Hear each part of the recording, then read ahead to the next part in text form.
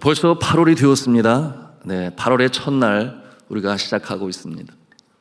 여러분, 8월이 되면 그래도 우리에게 감사한 것이 있으니 뭐냐 하면 더위가 한풀 꺾이는 겁니다. 여러분, 금년 여름 얼마나 더웠습니까? 너무 더운 그와 같은 날이 이어지고 있는데 지구온난화 현상으로 인해서 그렇다고들 해요. 태양은 뜨겁고 습도는 높습니다. 연일 더위가 우리를 힘들게 합니다. 하지만 우리는 알아요. 뭘 알아요? 이 또한 지나가리라. 그렇습니다. 이 또한 지나갑니다. 그러고 보면 이 자연이 우리에게 주시는 위로가 있습니다. 오는 8월 7일은 이제 가을이 시작되는 입추입니다. 물론 한낮에 더위는 여전히 기승을 부리겠지만 그러나 한밤중에는 이제 서늘한 바람이 일고 그리고 또한 열대야 현상은 사라지게 됩니다. 그리고 8월 23일이면 조속으로 쌀쌀함을 느끼게 되는 처소가 다가옵니다. 여러분, 이 처소란 더위가 한풀 꺾인다 그런 뜻인데 이런 재미있는 속담도 있습니다. 모기도 입이 삐뚤어진다. 들어보셨어요? 모기도 입이 삐뚤어진다. 그러니까 모기요 안녕, 더 이상 이제는 모기가 기승을 부리지 못하는 처소가 다가옵니다. 그러고 보면 이 계절에 주신 하나님의 위로, 우리는 그 모습을 통해서 오늘의 말씀을 또한 깊이 묵상할 수 있습니다. 우리의 인생 여정에도 이와 같은 살인적인 폭염이 있다는 것입니다. 고난의 때죠. 그런데 그와 같은 때를 지혜롭게 잘 견디며 인내하는 자, 마침내 이 초가을에 소설한 한이 바람이 불어오듯이 그의 인생에도 위로가 다가오게 된다. 오늘 말씀의 주제이기도 합니다. 자, 우리가 함께 오늘 읽은 이 성경 본문의 말씀의 주제가 무엇인가 하면 고난과 위로예요. 그래서 제목이 있는데 우리 같이 한번 한음성으로 따라서 해볼까요? 고난 중에 베푸시는 주님의 크신 위로. 고난 중에 베푸시는 주님의 크신 위로. 한 번 더 하겠습니다. 시작. 고난 중에 베푸시는 주님의 크신 위로. 아멘이에요. 여러분, 이 뜨거운 여름도 이제 8월 중순이면 결국 다가오는 이 가을의 기운을 막을 수 없는 것처럼 어떠한 어려움도 결국 지나갑니다. 그러므로 믿음의 사람에게 있어서 가장 중요한 것은 이 어려운 때를 어떻게 인내하며 견뎌내는가, 그 상황 가운데서도 어떻게 소망의 끈을 놓지 아니하는가, 그리고 마침내 이 어려운 때를 극복하며 이겨낼 수 있는가 하는 것은 너무나 중요합니다. 오늘 성경이 우리에게 주시는 이 위로는 보통 위로가 아니라 주님이 주시는 위로예요. 세상에서 얻을 수 없는, 사람이 주지 못하는 위로를 누가 주시는가? 우리 주께서 주신다. 하늘 아버지께서 주시는 위로이니 모든 환난 중에 있는 자들을 능히 위로하시고도 남음이 있는 참 위로가 됩니다. 함께 하나님의 말씀 보기를 원하는데요, 3절과 4절 말씀 우리 같이 읽도록 하겠습니다. 시작. 찬송하리로다. 그는 우리 주 예수 그리스도의 하나님이시요 자비의 아버지시요 모든 위로의 하나님이시며 우리의 모든 환난 중에서 우리를 위로하사 우리로 하여금 하나님께 받는 위로로서 모든 환난 중에 있는 자들을 능히 위로하게 하시는 이시로다. 아멘. 위로라고 하는 단어가 계속적으로 반복해 나오고 있습니다. 여러분, 복음을 전하는 이 사도 바울과 그의 일행이 아주 큰 어려움을 겪게 되었습니다. 얼마나 큰 어려움이었는지, 그 고난이 심했는지 우리가 작금에 당하는 그 어려움에 비하면 훨씬 더 크고 큰 어려움이었습니다. 우리는 어떠한 어려움을 당하고 있습니까? 경제적인 압박, 그런가 하면 육신의 질곡, 또한 관계의 일로 인하여 참 멍든 가슴, 이와 같은 일로 힘들어 하는데 그런데 오늘 이 사도 바울과 그의 일행이 당하는 어려움 훨씬 더 심하고 위태로웠습니다. 우리 8절과 9절 말씀을 통해 볼 수 있는데요, 우리 같이 8절 9절 읽습니다. 시작.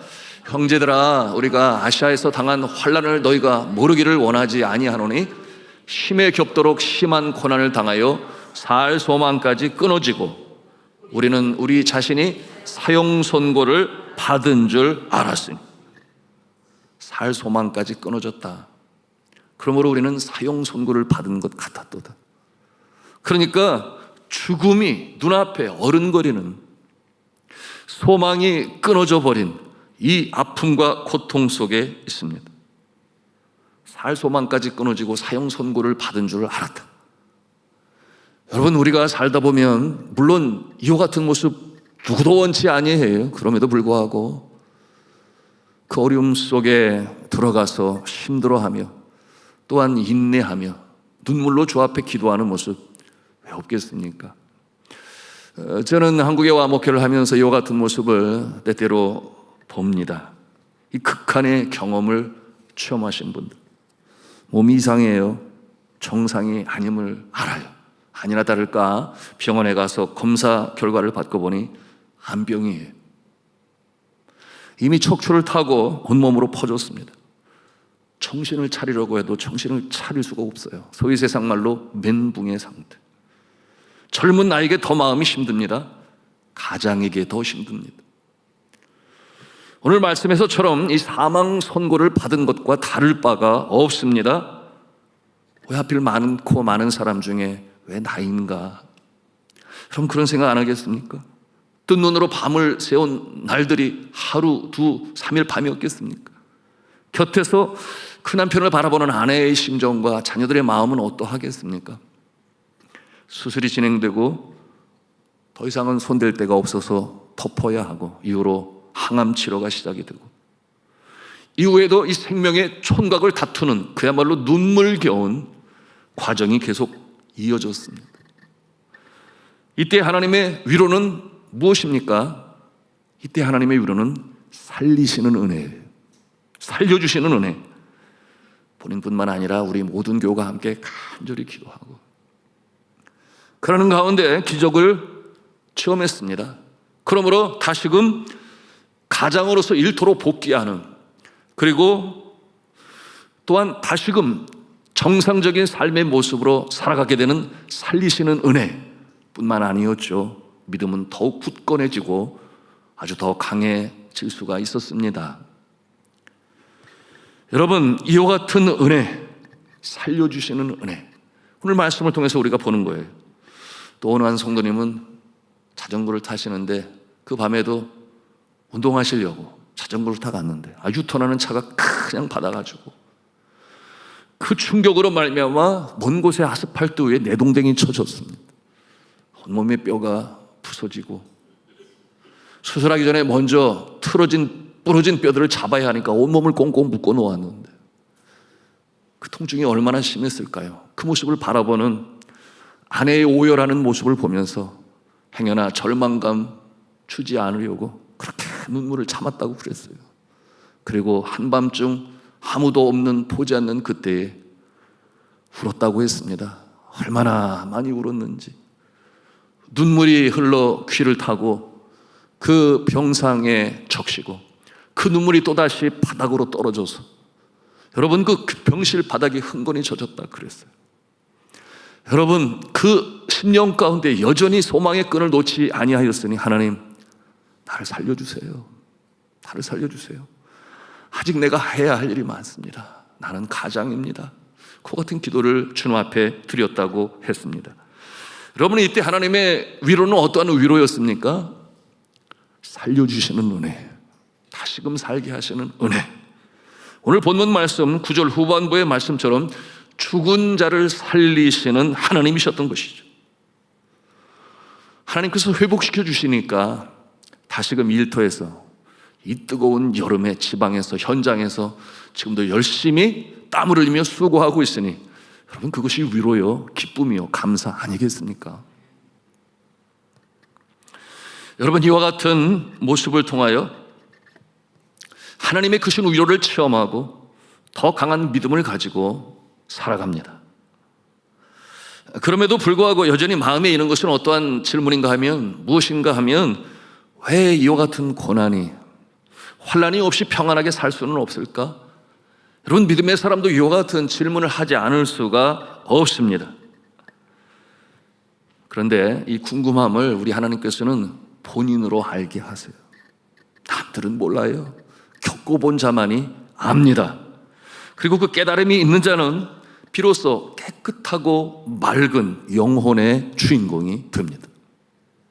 고난을 통해서 남들이 쉽게 보지 못하는 삶의 그 깊이를 아는 것이죠. 여기에 삶의 가파른 언덕길과 내리막길, 그리고 깊은 골짜기까지 내려가서 비로소 삶의 깊이를, 의미를 이해한 여인이 있는데요. 여러분 아실 거예요. 이분은 누구인가 하면 일본의 여성 작가인데 미우라 아야코 여사입니다. 여러분 한 번은 다 읽어보셨으리라 생각됩니다만은 빙점이라고 하는 소설의 작가죠. 여러분 그 빙점에서 사람으로서는 더 이상 가질 수 없는 그 미움과 증오, 그리고 사람으로서 사람의 능력이 아닌 위로부터 내려주시는 하나님의 은혜로 그것을 용서하고 사랑으로 승화하는 그와 같은 감동적인 내용으로 인해서 그 여운이, 그 울림이 여전히 많은 사람들의 가슴을 울리고 있는 빙점. 이 소설의 작가인 이 미우라 아야코 여사는 육신적으로 너무나 힘든 삶을 살았습니다. 평생 동안 질병의 고통이 몸에서 떠나지를 아니했어요.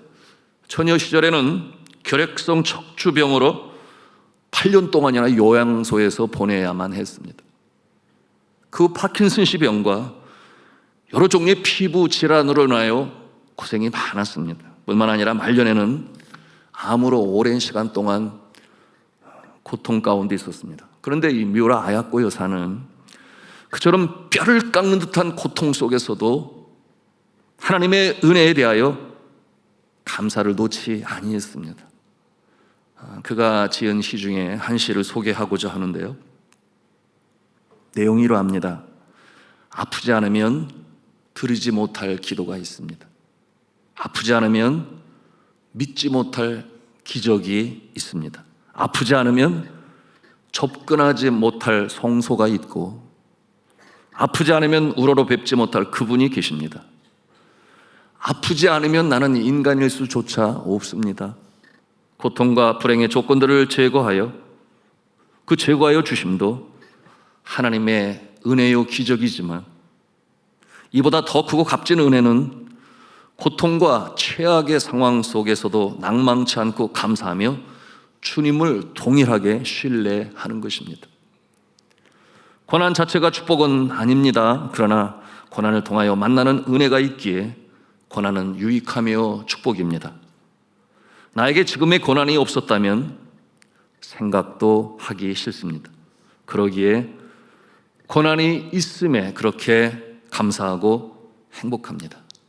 이것이 고난을 통하여 만난 하나님의 거절할 수 없는 은혜입니다. 그 같은 글을 남겼습니다. 여러분 참으로 대단한 고백 아니겠습니까? 깊은 깨달음이죠.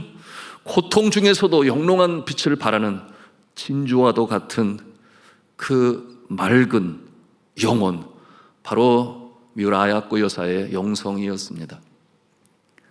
자, 성도 여러분, 같은 맥락에서 사도 바울은 믿는 자의 고난에 대하여 그 이유를 우리에게 말씀하고 있습니다. 우리 9절 말씀 앞서 읽었습니다마는 그 뜻을 다시 한번 묵상하면서 읽기를 원합니다. 같이 읽습니다. 시작. 우리는 우리 자신이 사형 선고를 받은 줄 알았으니 이는 우리로 자기를 의지하지 말고 오직 죽은 자를 다시 살리시는 하나님만 의지하게 하심이라. 아멘. 그 이유가 뭐라고 그랬어요? 우리 자신을 의지하지 말고 오직 죽은 자를 다시 살리시는 하나님을 의지하게 하시기 위하여 라고 그 이유를 말씀하고 있습니다. 왜 하나님만 의지하라고 그러셨을까요? 거기에는 깊은 뜻이 있지 않습니까? 광야와 같은 인생의 여정에서, 전쟁터와 같은 세상 속에서 내 힘으로, 내 능력으로 내가 가진 그 무엇을 의지하고 해보려고 합니다.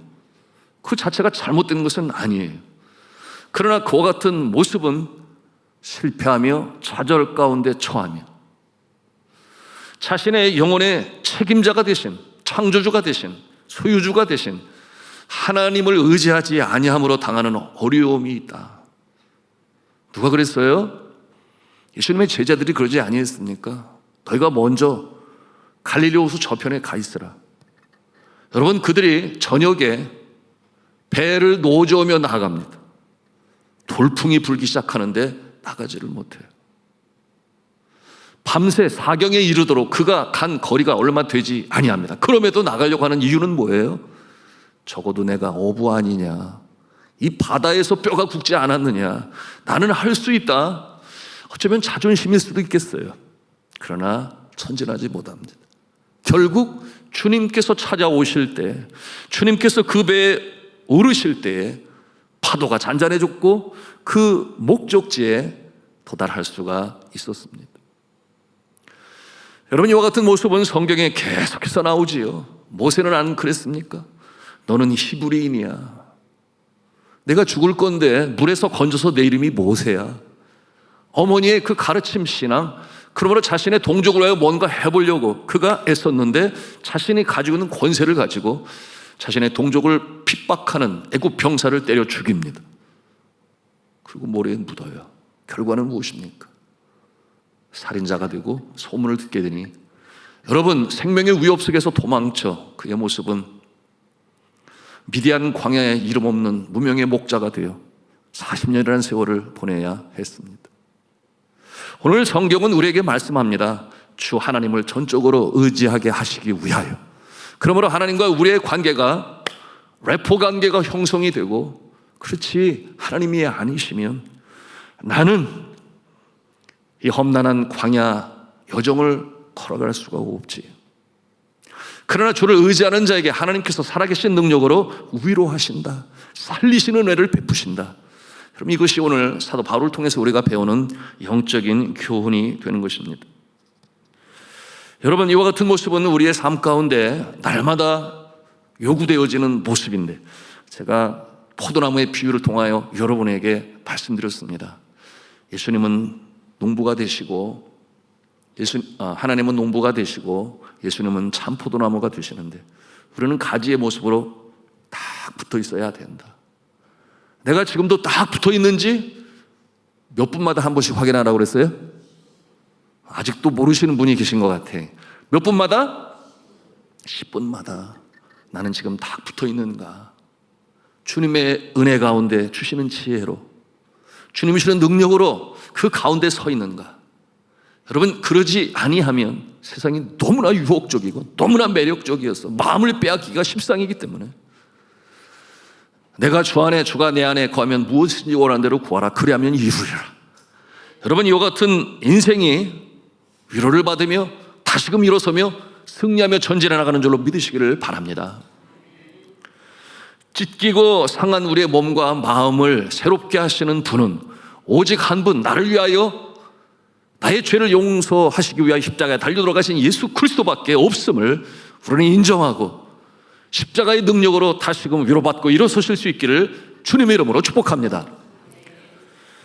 자, 그러므로 우리가 주님 안에 회복될 수 있고 다시금 전진해 나가는 건데요, 우리가 찬송으로도 부르지 않습니까? 주 날개 및 내가 편안히 쉬네.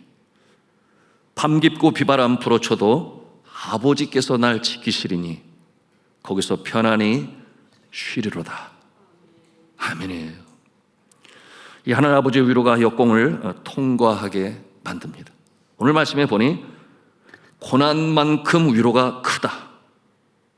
고난만큼 위로가 크다. 큰 고난일수록 주님이 주시는 위로는 더 커서 그 고난과 역경 속에 주님이 주시는 위로를 체험하지 아니한 자는 그 위로의 크기를 알 수가 없어요. 아파보지 아니한 자는 아픈 자를 이해할 수 없는 것처럼, 그러나 그 아픔 속에서 주님의 위로를 체험한 자는 그 위로가 얼마나 큰지 간증하는 것입니다. 견디세요, 인내하세요, 기도하세요. 저도 함께 기도합니다. 여러분, 그 크신 주님의 위로로 말미암아 간증하는 인생, 그러므로 인생의 참 진리와 그 깊이를 알아가는 모습, 여러분 그와 같은 모습으로 다시금 일어서실 수 있기를 주님의 이름으로 축복합니다. 자, 그러므로 오늘 1장 5절에 뭐라고 말씀을 해요? 네, 우리 같이 읽도록 합니다. 시작. 그리스도의 권한이 우리에게 넘친 것 같이 우리가 받는 위로도 그리스도로 말미암아 넘치는도다. 아멘. 같은 맥락에서 7절에 또 뭐라고 말씀하시나요? 같이 읽습니다. 시작. 너희를 위한 우리의 소망의 견고함은 너희가 고난에 참여하는 자가 된 것 같이 위로해도 그러할 줄 알미라. 아멘. 제 말씀을 맺습니다. 우리가 이제 새로운 달 8월을 시작합니다. 내일을 알 수 없어 불안합니까? 그렇지 아니에요. 우리 하나님은 우리 인생 전체를 디자인하시고, 그리고 우리 인생의 빛이요 내 발의 등불이 되십니다. 세상은 불안하여 염려, 근심, 걱정하지만 그러나 우리는 주님의 손 안에 있으니, 주님께서 함께 하시니 여러분 소망의 끈을 놓지 아니하고 또한 인내하며 기도함으로 응답의 그날 맞이하는 줄로 믿으시기를 바랍니다. 이 새벽에도 우리가 다시금 소망의 끈을 잡고 찬송을 부르고 기도합니다. 그런 상상을 해보아요. 주님께서 위로로 함께 하시고 응답으로 복을 주실 때 여러분의 그 찬송 소리는 얼마나 더 크고 우렁차게 이 예배당을 울릴 것인가. 그 모습을 생각하면서 오늘도 믿음으로 기도하셔서 나의 권보다 더 크게 베푸시는 주님의 위로로 말미암아 생명력으로 일어나시고, 뜨거운 여름이지만 이 또한 지나가리라. 여러분 주님과 위로하심으로 승전가를 부르며 전진해 나가시는 저 여러분 다 되시기를 주님의 이름으로 축원합니다. 축원합니다. 축원합니다.